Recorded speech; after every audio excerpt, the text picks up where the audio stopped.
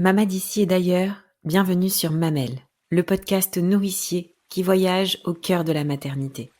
Célébrer l'enfantement, honorer toutes les histoires de mères à la fois singulières et universelles.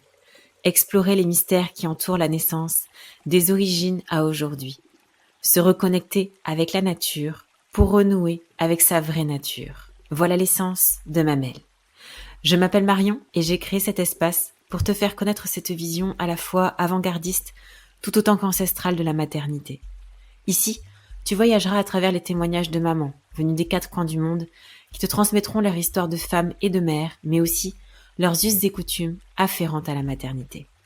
Mamelle se veut être un podcast qui renoue avec notre instinct primaire, primitif, animal, la femme sauvage qui sommeille en toi et qui reprend ses droits et sa place dans la nature et en connexion totale avec elle. Se nourrir, se ressourcer, accueillir ce qui est pour révéler toute cette puissance intérieure que tu as en toi. Mamelle, c'est aussi un programme en ligne, Naissance Holistique, créé par deux doulas franco-australiennes pour que les couples puissent se préparer en confiance et en conscience à la naissance et au postpartum. Aussi, c'est 41 thématiques qui sont abordées dans ce programme en format audio et visio avec des professionnels tels que pédiatres, sages-femmes, naturopathes, conseillères en lactation. Une vision holistique de la naissance pour que vous et votre partenaire, si vous en avez un, puissiez vous sentir informés, confiants et puissants le jour J. Mais ma mission première est de te proposer des épisodes authentiques dont le but est de nourrir, fortifier ta maternité par la curiosité. Ouvrir son regard sur la maternité, sa maternité, c'est se donner la liberté de penser sa maternité autrement, différemment, et d'être alors en capacité pleine et entière de créer sa propre maternité. Aujourd'hui, c'est Mélissa que je reçois dans mon espace. Mélissa est maman de 2 enfants. Elle vient nous parler dans cet épisode de sa maternité, mais surtout comment le yoga l'a aidée et accompagnée tout au long de sa maternité, de son postpartum. Mélissa vous parlera de l'accompagnement qu'elle propose aujourd'hui à travers le mouvement, le yoga, et également en tant qu'ambassadrice du Mois d'Or. Un épisode que je vous laisse tout de suite découvrir. Bonjour Mélissa. Bonjour. Je suis vraiment ravie de t'avoir aujourd'hui au micro de Mamelle. C'est toi qui m'as contactée et c'est moi qui ai donc découvert ton compte, la maman authentique que tu es et aussi tout cet accompagnement dont tu vas pouvoir nous parler aussi, que tu proposes pour les femmes, pour les mamans, entre autres. Et voilà, en tout cas, j'ai vraiment adoré tout ce concept et toute cette énergie que tu dégages. Et aujourd'hui, donc, ça sera l'occasion de parler dans une première partie de ta maternité, de ta propre expérience, pour ensuite nous dévoiler cet accompagnement que tu proposes notamment à travers le mouvement, à travers le yoga et aussi, puisque tu es ambassadrice du Mois d'Or, nous parler un petit peu de ce que tu proposes dans ce cadre-là comme type d'accompagnement également. Alors sans plus tarder, je vais te laisser te présenter peut-être brièvement aussi ta petite famille avant de parler à proprement parler de ta maternité.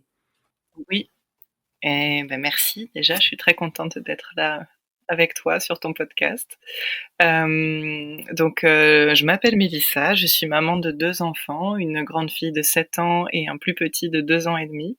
Je vis avec mon compagnon dans le Lot, près de Figeac, après avoir passé plusieurs années à Bruxelles en Belgique. Je continue à naviguer entre les deux, entre la forêt du Lot et la ville en Belgique.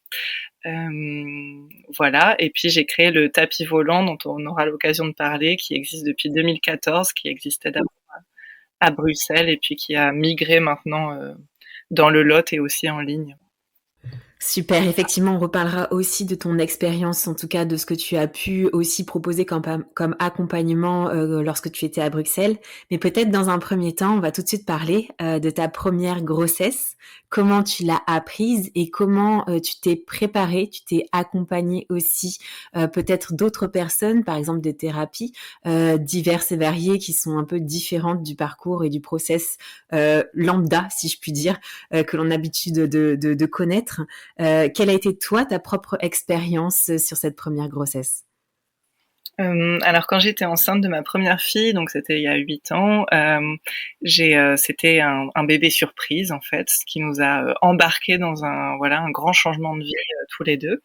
Elle est venue chambouler plein de choses dans notre vie et à la fois Maintenant avec le recul, je peux dire aligner, réaligner beaucoup de choses qui ne l'étaient pas pour l'un et pour l'autre dans notre couple. Et donc voilà, je l'ai appris en vacances quand il faisait chaud, en train de me baigner dans la rivière. Je sentais des choses en moi et ça a été très rapide en fait que je sente que j'étais enceinte. C'était évident avec plein de signes. Et donc il a fallu un petit temps pour accueillir. À la fois, on était dans une énorme peur parce que c'était pas du tout un projet qu'on avait pour tout de suite, et à la fois beaucoup de joie. Enfin, c'était vraiment des sentiments mêlés. Et j'avais vite l'intuition en fait d'avoir déjà envie d'accompagner cette grossesse par le yoga, puisque c'est une pratique que j'ai quotidienne et qui fait vraiment partie de ma vie depuis une quinzaine d'années. Et puis j'avais envie spontanément d'aller vers un accouchement le plus physiologique possible, et même à la maison, c'était ça qui me venait en premier. Mon compagnon, lui, était plus inquiet à l'idée d'être d'accoucher à la maison. Il connaissait pas grand-chose sur la grossesse, sur l'accouchement. Il y avait beaucoup d'inquiétudes. Et donc, on a choisi un mode d'accompagnement avec des sages-femmes. Donc, j'ai eu la chance d'être accompagnée par un groupe de sages-femmes à Bruxelles qui est super, le groupe Amala. C'est un regroupement de sages-femmes et qui avait un partenariat avec une maison de naissance qui est au sein d'un hôpital, le Cocon. Donc c'est un peu particulier parce que c'est une maison de naissance, mais qui est vraiment au cœur de l'hôpital, comme dans un service à part, et qui accompagne vraiment des projets physiologiques avec cette possibilité d'être transféré éventuellement s'il y a un besoin de médicaliser l'accouchement. Donc voilà, ce projet de naissance, c'est prévu au Cocon, dans cette maison de naissance. Et j'ai fait tout l'accompagnement avec les sages-femmes, avec aussi une envie d'accompagner avec l'aptonomie, qui était vraiment une belle approche aussi de toucher et de relation, de ce trio avec ce bébé in utero et mon compagnon, et de relations déjà là en fait, même avec le bébé à l'intérieur de moi. Et puis le yoga qui a été qui a continué d'être mon partenaire au quotidien dans cette grossesse et dans la préparation en fait, et l'accompagnement de tout ce qui se passait dans cette grossesse. Alors justement, le yoga, tu en parles. Tu étais professeur de yoga, en tout cas depuis assez longtemps, avant d'être enceinte. Ça faisait quelques années, j'avais commencé à enseigner en 2014 et j'étais enceinte en 2016-2017. Donc oui, j'étais une jeune prof en tout cas à ce moment-là, et j'étais et je suis toujours quelque part artiste pour le théâtre et la danse. Donc je travaillais en tant qu'artiste et je donnais des cours de yoga depuis 2 ans à peu près à Bruxelles, oui. D'accord. Alors justement, peut-être à ce moment-là, le yoga, tu le pratiquais vraiment avec un focus, donc yoga prénatal. Quel était le type de pratique que tu avais à ce moment-là? À ce moment-là, j'étais dans une pratique de yoga Ashtanga. C'est vraiment la lignée que j'ai suivie, et je suis allée en Inde plusieurs fois aussi pour continuer à me former et pratiquer moi, évoluer dans ma pratique. Et donc j'étais avec cette pratique-là, et j'allais dans une école qui enseigne cette pratique-là, et j'étais aussi professeure assistante dans cette école pendant un temps. Et en fait, c'était une pratique très dynamique, qui n'était pas du tout focalisée sur le prénatal, mais il s'avère que j'avais 2 enseignants, une mère et une fille très inspirantes, qui restent mes guides. Et la maman de cette famille, elle est ancienne infirmière en obstétrique et professeure de yoga. Elle a maintenant 80 ans, Lynn Pinette, et donc c'est vraiment grâce à elle que elle m'a transmis beaucoup de choses sur comment adapter ma pratique, comment adapter les postures, comment modifier la respiration pour vraiment accompagner les différents stades de la grossesse.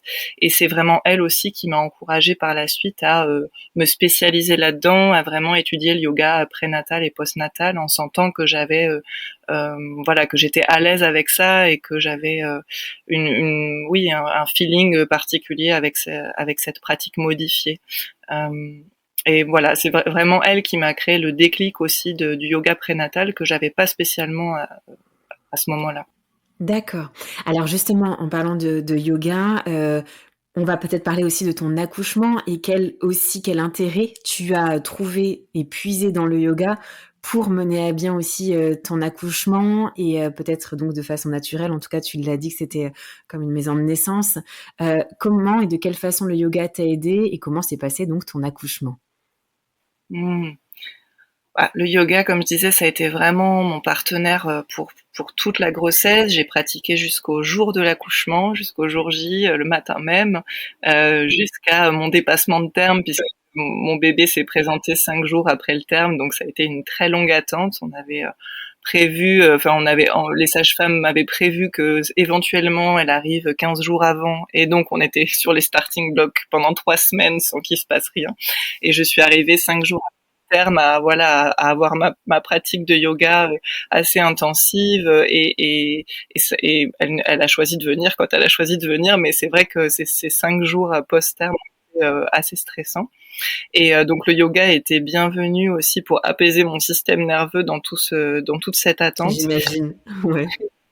Et puis sentir que j'étais encore en mouvement, encore mobile, même avec mon corps, voilà, qui était mon ventre énorme qui attendait cet Mmh. accouchement, voilà. Et, et comment ça m'a accompagnée, ben vraiment, c'est vraiment la respiration qui a été mon guide pendant tout l'accouchement. Le fait d'avoir pu pratiquer cette respiration pendant plusieurs années et puis pendant ma grossesse, de pouvoir mettre l'attention sur comment j'expire, pouvoir souffler vraiment, pouvoir bouger aussi mon bassin, prendre des postures avec mon ballon. J'avais installé aussi à la maison une espèce de liane pour pouvoir me suspendre. J'avais voilà cette envie de rester en mouvement et de pouvoir accompagner par des postures en fait les premières contractions. Donc voilà, quand j'ai commencé par perdre les os, j'étais au cinéma. Je m'y attendais plus, donc je Ah suis allée oui? voir Oui, oui. un film. Je me retenais d'aller au cinéma pendant les derniers. J'avais peur d'avoir des émotions trop fortes. Et puis là, je me suis dit bon, allez, foutu Ouais. pour foutu, 5 jours passés, on va voir un film. Et donc j'ai perdu les os en ayant des émotions super fortes devant un film très beau, très touchant, voilà. Et Ouais. et donc je me suis mise en route ensuite avec en perdant les os vers la maison. J'avais envie d'être chez moi, donc on est rentré à la maison en prenant un taxi avec mon manteau sous les fesses comme je pouvais pour pas que le chauffeur de taxi s'aperçoive que j'étais en train d'accoucher. Et en rentrant à la maison, j'ai pu vraiment rentrer dans ma bulle, me mettre en mouvement, retrouver mon ballon, me suspendre, prendre un bain. Voilà, et donc j'ai vraiment accompagné tout ce processus par le mouvement jusqu'à arriver à la maison de naissance où ma sage-femme n'était pas encore là puisque c'était la nuit et où en fait on a voulu m'emmener du coup dans la maternité en attendant, mais j'ai refusé. Je me suis accrochée à une barre dans l'entrée de l'hôpital et j'ai dit je reste là et je bouge ici, et donc je me suis accrochée à cette barre faisant mes sons et mes mouvements, et je voulais pas bouger de là jusqu'à ce que ma sage-femme arrive. Et Ouais. voilà, ça a été vraiment un guide et ça, en tout cas, j'ai l'impression contribuer à ce que le travail soit rapide puisque c'est un bébé qui a montré sa tête et la poussée est arrivée très rapidement pour un premier accouchement, juste en quelques Ouais. heures du moment où j'ai perdu les os au cinéma jusqu'à ce que sa tête se présente. Donc voilà, Ouais. ça a été vraiment le yoga m'a permis en tout cas d'être dans ma bulle et dans mes sensations, d'être à l'écoute de ce qui se passait dans mon corps, de respirer en conscience et d'accompagner tout le chemin des contractions avec le souffle, et puis de rester en mouvement et de sentir aussi ce qui se passait à l'intérieur de moi, et oui, d'accompagner le processus en fait. Ouais. C'est très, très intéressant effectivement. Alors pour le coup, ton accouchement, tu n'as pas eu de complications particulières a posteriori? Alors pour l'accouchement, en fait, il s'est compliqué au moment où la tête de mon bébé est arrivée, et juste avant les poussées en fait. Et, euh, et donc là, il y a quelque chose qui s'est bloqué en moi. Je pense une immense peur, hein, ce que j'ai appris plus tard ce qu'on nomme la phase de désespérance. Et pour le coup, je pense que j'ai pas reçu le soutien dont j'aurais eu besoin à ce moment-là, et donc je suis rentrée vraiment dans une grande peur en sachant que mon bébé était arrivé et que c'était arrivé très vite et que là mon bébé était prêt à sortir, j'ai quelque part eu peur qu'elle sorte en fait. Donc c'est là qu'il y a eu des complications qui sont manifestées. J'ai fait des poussées qui ont duré 2 heures et demie, et en fait j'ai j'ai appris après coup que mon bébé était asynclite, c'est-à-dire qu'elle avait la tête un petit peu de travers, ce qui faisait qu'elle était, c'était pas simple en fait de la remettre dans le canal quoi, dans le bon sens, et que tout ce que je faisais n'avait pas vraiment d'impact malgré un périnée très tonique, etc. Donc j'ai dû être transférée à l'hôpital qui était juste en dessous en fait, donc c'était assez simple. Du coup on m'a aidé avec les ventouses, et voilà, ça a été assez difficile parce que j'ai eu vraiment comme un accouchement de couleurs quoi, à la fois tout l'accouchement jusqu'à la poussée qui a été d'une fluidité dingue et d'une extrême rapidité où j'étais vraiment dans ma bulle, jusqu'à ce passage-là où pour moi il y a eu vraiment un switch qui s'est fait à l'intérieur de moi, et et où du coup bah ça a dû être médicalisé, même si c'est pas ça n'a pas été voilà, j'ai pas eu de péridurale, j'ai pas vécu de césarienne, mais j'ai dû quand même avoir une aide instrumentale et, euh, et une injection d'ocytocine pour booster les contractions. Voilà, donc cette fin d'accouchement a été vraiment avec beaucoup de peur en fait pour moi et pour mon partenaire qui d'un coup s'est dit oula, on sort complètement de la physiologie, et c'est pas du tout ce que Mélissa souhaitait, donc il y a eu de la peur. Voilà. Est-ce que cette peur, justement, elle a été aussi un vecteur qui a impacté ton postpartum et cette rencontre avec ton bébé, ou pas du tout? Certainement parce que j'ai vécu quand même. Je pense que oui, au niveau émotionnel, il y a quand même eu un temps de digestion lent, quoi. Enfin, je veux dire, j'étais quand même chamboulée vraiment par cette fin d'accouchement, et physiquement aussi. Enfin, je sentais que ces 2 heures et demie de poussée, ça a été vraiment l'épreuve physique de ma vie. Moi, qui suis très sportive depuis toujours et qui suis voilà, qui est toujours faite assez extrême avec mon corps dans mon travail d'interprète aussi pour le théâtre et la danse. Voilà, je suis habituée à des choses extrêmes, et là je pense que c'était le summum de l'intensité en fait, cette poussée qui en fait ne n'avançait pas. Et du coup le postpartum, oui, j'ai eu vraiment j'ai eu plein de mots différents sans qu'on comprenne vraiment ce qui se passait, et j'ai eu un fort besoin de repli et d'être dans mon lit voilà, d'être entourée et de juste pouvoir connecter avec mon bébé et juste me remettre en fait. Ça a été très intense au niveau physique et émotionnel pour moi de me remettre de cette fin d'accouchement. Ouais. Est-ce que tu as été aidée et soutenue par différents thérapeutes ou peut-être plus tard, est-ce que tu as travaillé justement sur cette naissance qui était aussi la tienne? Oui, oui, j'ai travaillé après coup. Ça a pris un petit temps pour que je chemine en fait avec cet accueil aussi de ce qui s'était passé, et pouvoir comprendre aussi, éclairer, mieux comprendre ce qui s'était passé au niveau physiologique, physique, au niveau des peurs, et pouvoir voilà, pouvoir un peu identifier et dépasser ça, et oui, quelque part le guérir aussi. Mais je pense que ce qui a vraiment été un cheminement et une guérison, ça a été en fait un second accouchement. C'est ça qui est venu résoudre Ouais, les c'est choses. ça. Euh, C'est souvent le cas, hein, ouais. oui, ça a été vraiment un second accouchement qui est venu poser beaucoup de résilience en fait sur cette première naissance. Après, pendant le postpartum, j'ai été soutenue très fort par mon compagnon, vraiment très fort. Euh, et puis j'avais ces sages-femmes qui sont venues quand même à la maison, l'aptonome, donc j'ai eu quand même des ressources, hein, voilà. Euh, Ouais. mais ça a été un postpartum aussi difficile où on était nous expatriés en Belgique avec pas de famille à côté, Et et oui. où on s'est senti vraiment très isolé à un moment donné, assez seul en fait dans tout ça, vraiment avec un bébé extrêmement intense aussi, il faut le dire. On a eu un Ouais. bébé très, très intense et beaucoup de sensibilité. Enfin vraiment moi la découverte de pendant ma grossesse déjà, mais avec le postpartum encore plus une extrême sensibilité, je dirais Mmh. sensorielle, quoi, vraiment de me découvrir Ouais, très je vois. sensible aux bruits, sensible aux odeurs, à fleur de peau pour beaucoup de Ouais. choses, voilà. Donc, et mon bébé était dans la même, les mêmes. Oui, c'était un bébé hypersensible aussi et très très réactif, et Exactement. il Ouais. dormait peu, et voilà. Donc ça a été un postpartum extrêmement intense où Intense. oui, Mmh. on s'est pas senti assez soutenu en fait. Alors justement, tu parles de cette seconde naissance qui était un petit peu, «guérisseuse» entre guillemets. comment est-elle arrivée? Est-ce que celle-ci était surprise, cette deuxième grossesse?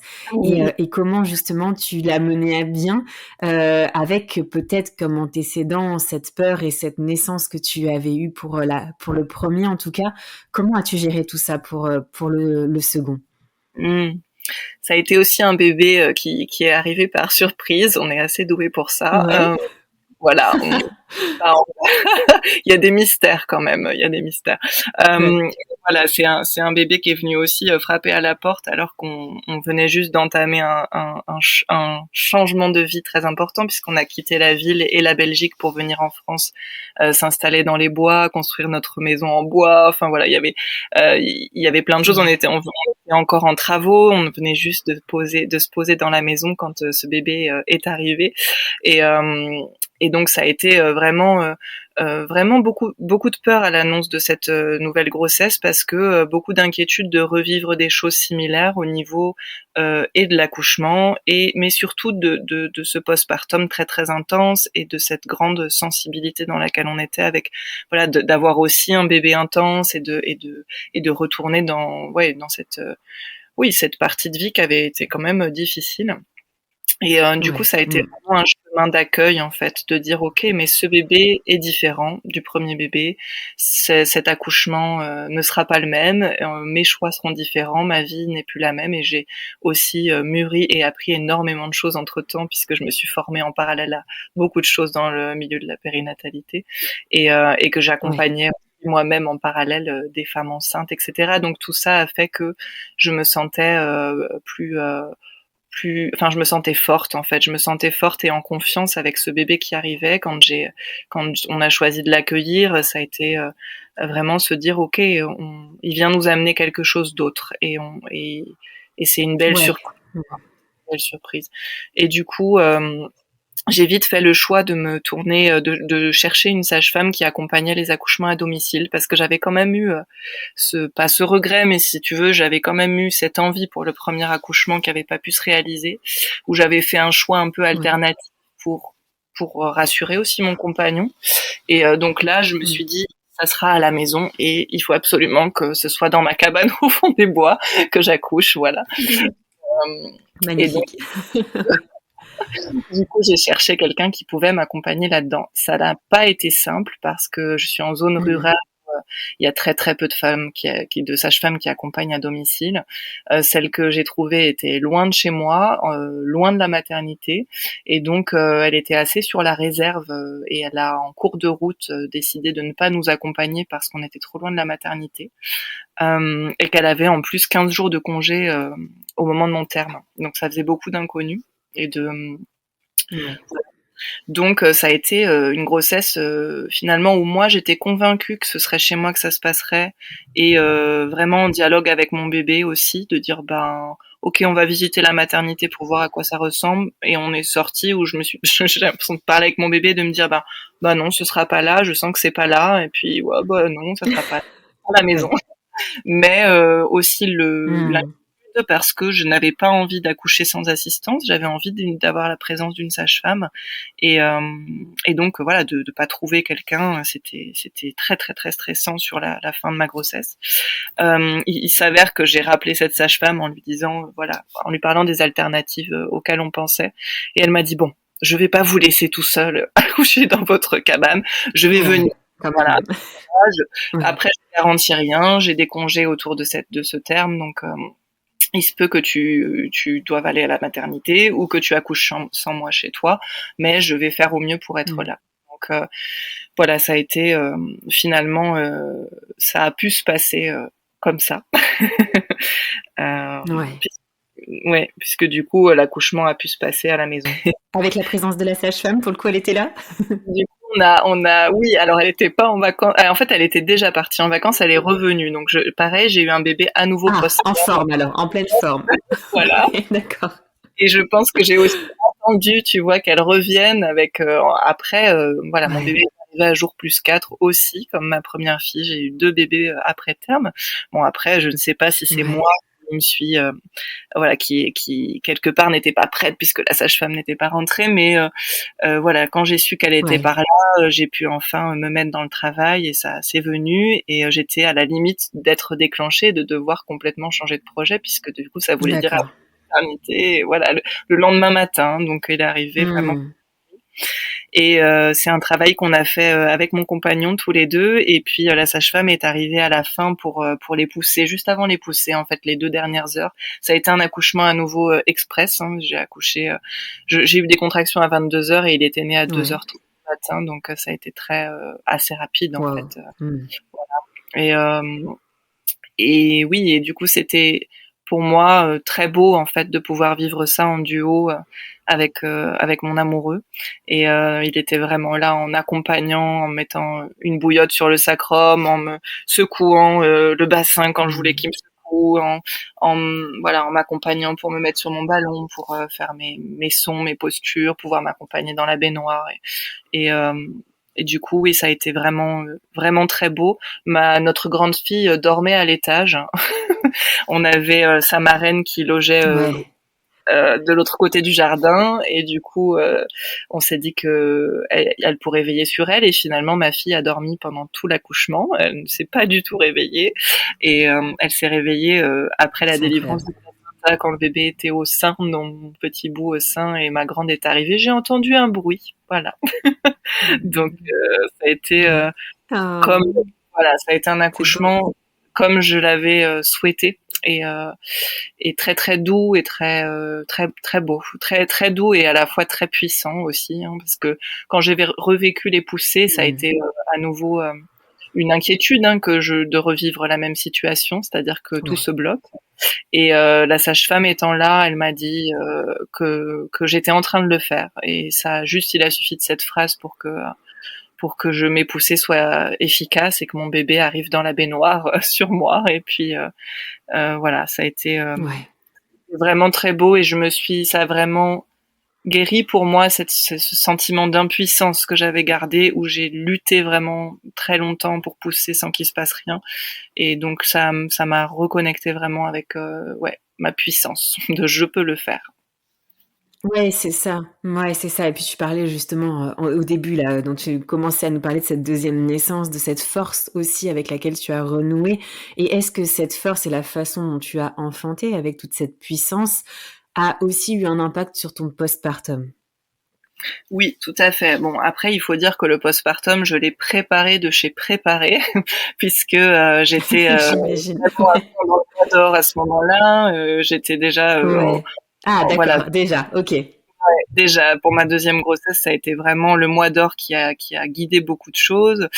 J'ai aussi rencontré une doula très chouette, où je lui ai demandé de focaliser uniquement sur le postpartum, parce que c'était ma crainte de vivre un postpartum difficile comme la première fois, ou d'être isolée. Voilà. À nouveau, on savait qu'on n'allait pas avoir beaucoup de soutien familial, qu'on avait besoin de créer notre bulle et à la fois de recevoir du soutien extérieur. On était dans une nouvelle région, etc. Et du coup, on a préparé un max le postpartum, donc autour de plusieurs rencontres avec la doula, et puis moi, en anticipant énormément de choses, enfin en mettant à distance aussi les premières visites pour pouvoir vraiment rester dans ma bulle. Donc il y a la marraine de ma fille qui était présente. Le but, c'était qu'elle soit là pour le postpartum. Elle est venue comme une gardienne vraiment de cette naissance et de Ouais. ce postpartum, passer plusieurs jours à la maison, nous cuisiner des plats, s'occuper de la grande, être là autour en fait, vraiment comme une gardienne de notre petite tribu. Et ça a Merveilleux. été vraiment, ouais, extrêmement précieux en fait de l'avoir à nos côtés. Et j'ai senti que et la douceur de cet accouchement, et le fait de rester chez moi dans ma bulle, et d'avoir ce soutien incroyable, et d'avoir anticipé un maximum pour me nourrir, avoir du relais, avoir quelqu'un qui peut s'occuper de ma fille, etc. Ça a fait que j'ai vécu un postpartum extrêmement doux, et vraiment, bah, Mmh. quand j'en parle, je regrette presque cette période, tellement c'était un peu suspendu dans le temps, et tellement c'était ouais, c'était vraiment tisser les liens entre nous, se découvrir dans la douceur, et au niveau corporel et émotionnel, je me suis sentie vraiment bien en fait, vraiment dans la vitalité, enfin pas fatiguée en fait, pas fatiguée, c'est ça qui est dingue. Je pense que tout Ouais, ça a ça se sent. Ouais, de ça se sent. ouais, c'était doux et c'était joyeux aussi. Il y avait beaucoup de joie en fait, dans ces moments-là, ouais. Alors pour le coup, on a eu en tout cas un très beau récit, pardon, de tes 2 accouchements, de tes 2 naissances et aussi on perçoit aussi ce cheminement comme tu l'as dit et aussi, cette préparation que tu as, menée à bien aussi pour le deuxième accouchement. Moi, je voudrais peut-être parler maintenant de ce que tu nous as évoqué en début d'épisode avec, notamment ton passage à Bruxelles. À ce moment-là j'enseignais au centre paramédical périnatal, j'ai eu de plus en plus envie d'accompagner chacune en fait dans sa singularité, dans la grossesse qu'elle vivait, accompagner vraiment individuellement chaque femme en fait, que ce soit en pré ou en postnatal, ça faisait plus de sens pour moi que donner simplement des cours de yoga en groupe. Même si ce que je trouvais chouette dans les cours collectifs, c'était les liens qui se créaient entre mamans. Et donc maintenant, j'ai aussi trouvé comment recréer ça en animant des cercles maman-bébé près de chez moi. Voilà, et tu posais la question par rapport à Bruxelles. Ben pour moi, ça a été vraiment le point de départ en fait de cette spécialisation dans le yoga périnatal. Et puis j'ai du coup continué dans le Lot à mettre ces accompagnements individuels en place avec bah, soit des anciennes élèves de yoga, soit des mamans que j'avais accompagnées qui attendaient un deuxième enfant de Bruxelles qui m'ont recontacté en me disant bah je suis enceinte, j'aimerais bien que tu m'accompagnes même si c'est en ligne. Et donc j'ai commencé aussi à mettre en place ces accompagnements en ligne parce que j'étais loin en fait des mamans que j'avais l'habitude d'accompagner et qu'elles continuent à venir vers moi en fait. Et donc voilà, mon accompagnement du coup, il s'est vraiment spécialisé dans du sur-mesure, dans de l'individuel, avec un accompagnement à la fois corporel et émotionnel, vraiment ben, que je tisse avec chaque maman de façon différente ou chaque future maman de façon différente et avec les compétences que j'ai. Et puis ça prend forme bah, soit dans le Lot près de chez moi, dans mon lieu j'ai créé un lieu qui est une yourte dans les bois en fait, qui est en pleine forêt, pour recevoir en séance. Soit je me déplace à domicile si c'est des mamans qui viennent d'accoucher par exemple en postpartum immédiat et qu'elles sont pas trop loin de chez moi. Quand je viens à Bruxelles tous les trimestres, je vois bah, soit des nouvelles personnes que j'accompagne, soit des personnes que j'accompagne en ligne et que je vois en vrai quand je viens. Donc voilà, ça se tisse un peu comme ça sur les, les, les, les 2 lieux que j'ai choisis pour vivre, quoi. Je fais des allers-retours entre ces 2 lieux et grâce à Internet, je peux faire le lien aussi entre les deux, quoi. Et alors, en parallèle de tout ça, à partir de quel moment tu as décidé de rejoindre, l'équipe, d'ambassadrices du Mois d'or et quel est ton rôle justement au sein de cette équipe? Oui, alors les ambassadrices du Mois d'or, elles ont, comme toutes celles qui ont suivi la formation, en fait, on a un tronc commun de formation que le Mois d'or a créé. Hein. Céline Chadelat et Marie-Maë Poulain, qui ont écrit ce livre qui s'appelle Le Mois d'or, ont choisi de mettre en place une formation en priorité à destination des professionnels de la périnatalité. Donc on a été tout plein de sages-femmes, doulas, auxiliaires de puériculture, kinés, ostéos, à être formés avec une éthique commune à ce Mois d'or sur comment accompagner vraiment ces 40 premiers jours en postpartum par tout un tas de pratiques hein, qui sont ancestrales mais qu'on adapte aussi à la vie de chacune et à notre vie moderne. Et du coup, Ouais. c'est vraiment aussi mettre en place cette question du Mois d'or ou en tout cas de la conscience dessus pour dans nos pratiques professionnelles en fait, puisqu'on a toutes des pratiques différentes et des spécialités différentes. Donc moi, ça prend la forme de faire des ateliers de préparation, proposer des ateliers de préparation au Mois d'or en prénatal à des couples ou à des groupes de parents, de futurs parents. Euh, et puis ensuite, c'est accompagné vraiment de façon corporelle et émotionnelle pour moi, et aussi en proposant des ateliers autour de l'alimentation, parce que je m'intéresse beaucoup à l'alimentation ayurvédique depuis des années, enfin depuis que je pratique le Ouais. yoga, et aux rituels de soins autour de l'ayurveda aussi. Voilà, donc ça c'est mon approche. Et en fait, les ambassadrices, c'est un petit paquet de femmes qui ont été formées dans cette éthique-là, qui ont souhaité vraiment développer tout plein de choses autour du mois d'or et représenter en fait cet esprit du mois d'or qui est vraiment de prendre soin des femmes et de soutenir les mères dans ces 40 premiers jours. Et du coup, j'ai fait le choix de rejoindre ce groupe parce que c'était vraiment des valeurs que je trouvais essentielles. Ça rejoignait beaucoup de choses auxquelles je croyais profondément aussi sur cette question de l'Ayurveda. En fait, il y a beaucoup de points communs parce que par l'Ayurveda, moi et par mon intérêt pour la culture indienne depuis des années, j'avais beaucoup lu, beaucoup vu que c'était important vraiment que la femme puisse rester dans sa bulle sur ses 40 premiers jours, que c'était vraiment un moment charnière, un moment de transition qui méritait d'être accueilli dans le ralentissement, que l'alimentation avait vraiment une importance capitale dans cette période-là pour retrouver de la vitalité et pour pouvoir aussi aider à la lactation, pouvoir trouver un équilibre émotionnel, enfin voilà.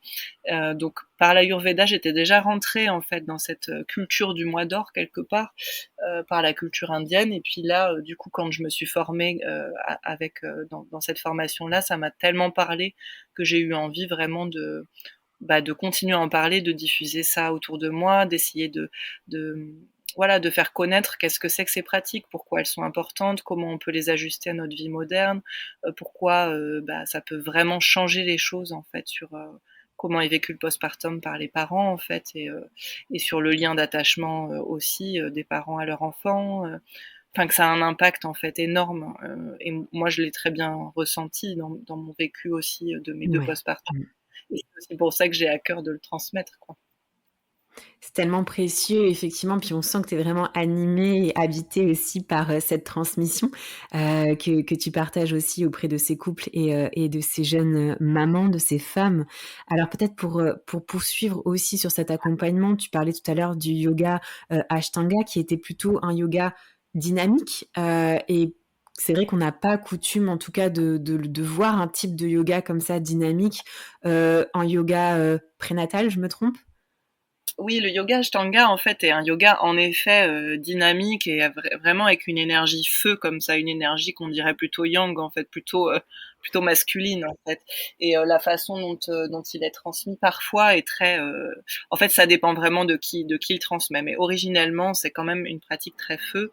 Quand moi, je suis allée étudier auprès du grand maître de Sharad Joyce, qui est à Mysore et qui continue d'enseigner aux enseignants du monde entier, il y avait vraiment, enfin tu vois, on est très très nombreux, on a chaud, c'est très très énergique comme ça et très presque militaire en fait dans l'approche.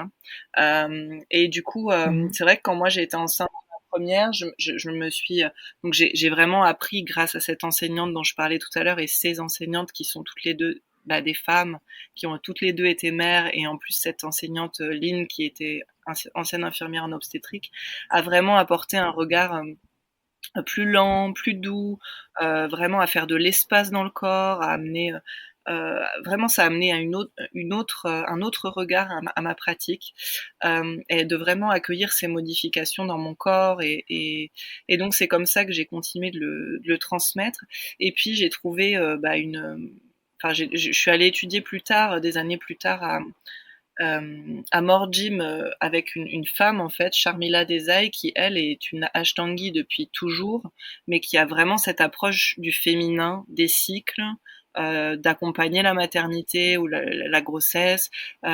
Oui, elle a vraiment cette approche finalement yin dans une pratique très yang quoi, et qui du coup ça me Ouais. parle beaucoup maintenant que je suis maman de deux enfants et que forcément ma pratique a beaucoup changé, elle s'est transformée.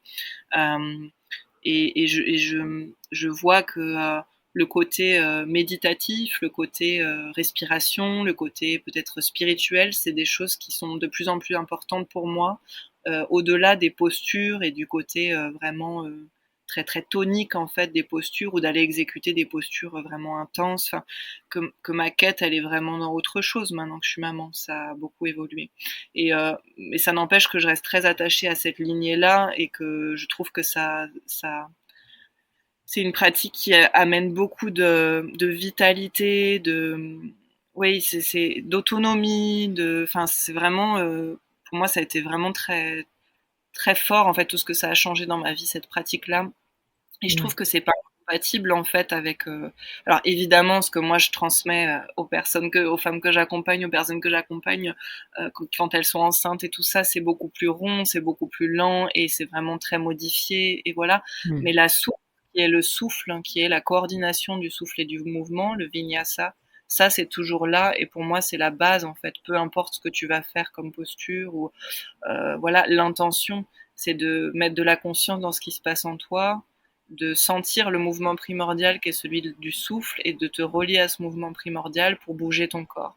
Et voilà, moi, c'est vraiment ça l'essence de ce que j'ai capté de cette pratique et que je transmets là, même à des personnes qui n'ont jamais fait de yoga de leur vie, qui n'ont pas l'habitude de bouger et qui se retrouvent enceintes Ouais. tu vois, pour la première fois, mettre de la conscience dans leur corps parfois. Hein. Et oui. Tu parles justement de l'importance du mouvement plus globalement, en tout cas dans tes accompagnements, alors là à travers le yoga, mais aussi à travers la danse et l'interprétation, c'est ce que tu disais aussi tout à l'heure. C'est quelque chose que tu proposes aussi aux femmes enceintes ou en postpartum d'ailleurs?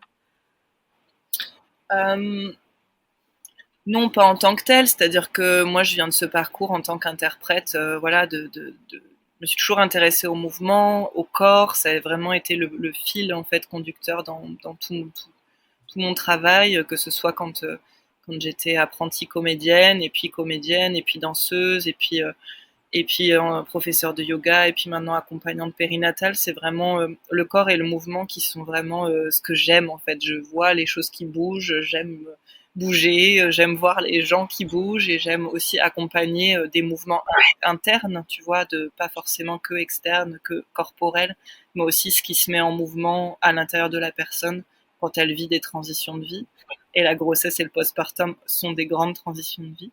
Et du coup, bah oui, sans doute que ce que je suis et ce que j'ai traversé dans mon premier métier, je, ça doit transparaître d'une manière ou d'une autre, mais c'est pas quelque chose que je cherche spécialement à développer. Après, dans les cercles maman-bébé que j'anime, j'utilise des outils que j'ai appris par d'autres pratiques somatiques, par l'expression corporelle. Et oui, j'utilise des outils des médias différents, quoi, que ce soit oui, c'est ça, que ce soit le mouvement dansé, que ce soit l'écriture, voilà, je vais utiliser des choses comme ça.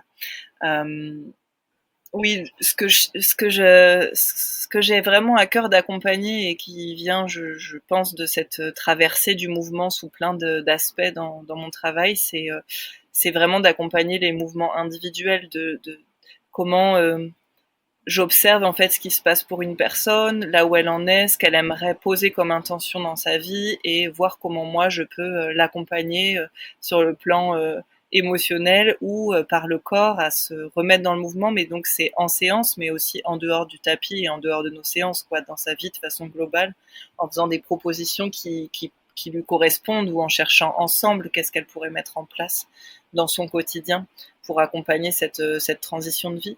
Donc voilà, ça prend la forme de, ben oui, en prénatal et en postnatal, la transition est évidente et on accompagne les processus et ce qui émerge. Et ça va être aussi des accompagnements que je propose plus tard dans la maternité. Parfois, j'accompagne des mamans qui ont des enfants de 3, 4, 5 ans. Et ça va être aussi comment elles souhaitent retrouver le mouvement dans leur vie, se remettre en mouvement de façon symbolique, mais aussi physiquement, quoi, et se remettre dans leur corps et dans leur voilà, prendre du temps pour elles et tout ça. Donc c'est aussi des propositions que je fais en ligne pour revenir à soi en fait. Alors effectivement, là, tu nous as brassé effectivement beaucoup de choses avec une riche expérience personnelle, mais aussi cet accompagnement extrêmement riche que tu proposes. Je ne sais pas si tu avais un autre ou en tout cas un dernier sujet que tu souhaiterais nous transmettre. Et puis si c'est pas le cas, ben, quel message tu souhaiterais faire passer simplement aux mamans qui nous écoutent aujourd'hui?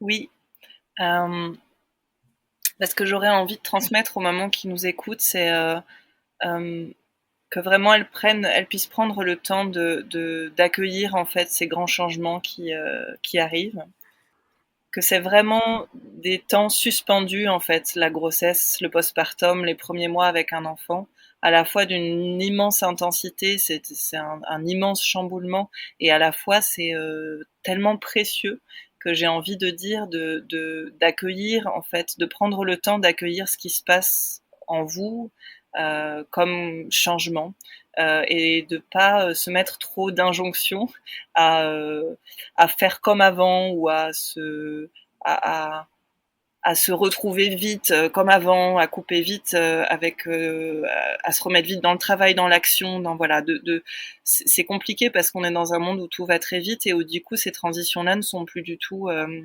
elles sont mal vécues en fait. Souvent, ce ralentissement est mal vécu. Et, vraiment, il y a quelque chose avec le temps horloge, enfin voilà, le temps horloge de la société, de la production, du travail, etc., qui nous rattrape beaucoup, alors qu'on aurait besoin d'être dans un temps plus saisonnier, horticole, quoi, d'accepter de ralentir, que ça prend du temps en fait de construire un lien avec un enfant et ça prend du temps de traverser tous ces étapes c'est une telle transformation, c'est vraiment énorme quoi. Donc voilà, j'aurais envie d'encourager les futures mamans et les jeunes mamans à prendre le temps et aussi j'ai envie de leur dire que tout ce qui bon ça c'est mon côté peut-être militante féministe qui parle, mais on dit souvent on dit de plus en ce qui est intime et politique. Et en fait, je crois vraiment de plus en plus en entendant les témoignages des femmes, en accompagnant les femmes dans des cercles maman-bébé, dans des cercles de parole, en m'intéressant vraiment à cette condition-là, en lisant beaucoup sur ces questions. On pense souvent qu'on est toute seule à vivre des choses. On se rend compte en échangeant avec d'autres femmes que, en fait, on est loin d'être seule. Ce genre de podcast comme celui que tu fais nous fait nous rendre compte qu'on n'est pas seul et qu'il y a tout plein de façons de vivre en fait la maternité, la parentalité, et qu'il y a beaucoup de choses qui nous appartiennent pas, qui sont aussi sociales, politiques, qui sont aussi des injonctions extérieures qu'on peut recevoir. Et donc c'est aussi parfois important, je trouve, de défocaliser, enfin de prendre du recul, de se mettre en lien avec d'autres personnes, de lire des livres sur ça, d'écouter des podcasts pour se rendre compte que tout ne nous appartient pas. On est aussi dans une société, dans un fonctionnement où il y a beaucoup d'injonctions faites aux femmes, faites aux mères, faites autour de la parentalité en général, et que c'est important de se dire qu'on n'est pas toute seule et qu'on n'est pas responsable de tout et que voilà que oui, de prendre du recul en fait sur tout ça et qu'il y a oui, c'est aussi systémique tout ça, ce n'est pas que nous et tout ce qu'on fait, voilà. Terminer effectivement cet épisode sur cette prise de hauteur qui, à mon sens, est indispensable, même si elle n'est pas forcément évidente, on le sait bien. Mais effectivement, c'est très, très important et je te remercie vraiment de terminer sur ce message qui est très puissant et qui est à la hauteur aussi de ce que tu nous as livré tout au long de cet épisode, Mélissa. Vraiment, merci beaucoup. Je suis vraiment ravie, en tout cas, d'avoir pu enregistrer cet épisode avec toi. Et en tout cas, je te souhaite plein de belles choses dans tes accompagnements par la suite. Merci beaucoup, merci à toi. Merci Mélissa et à bientôt. À bientôt. Au revoir.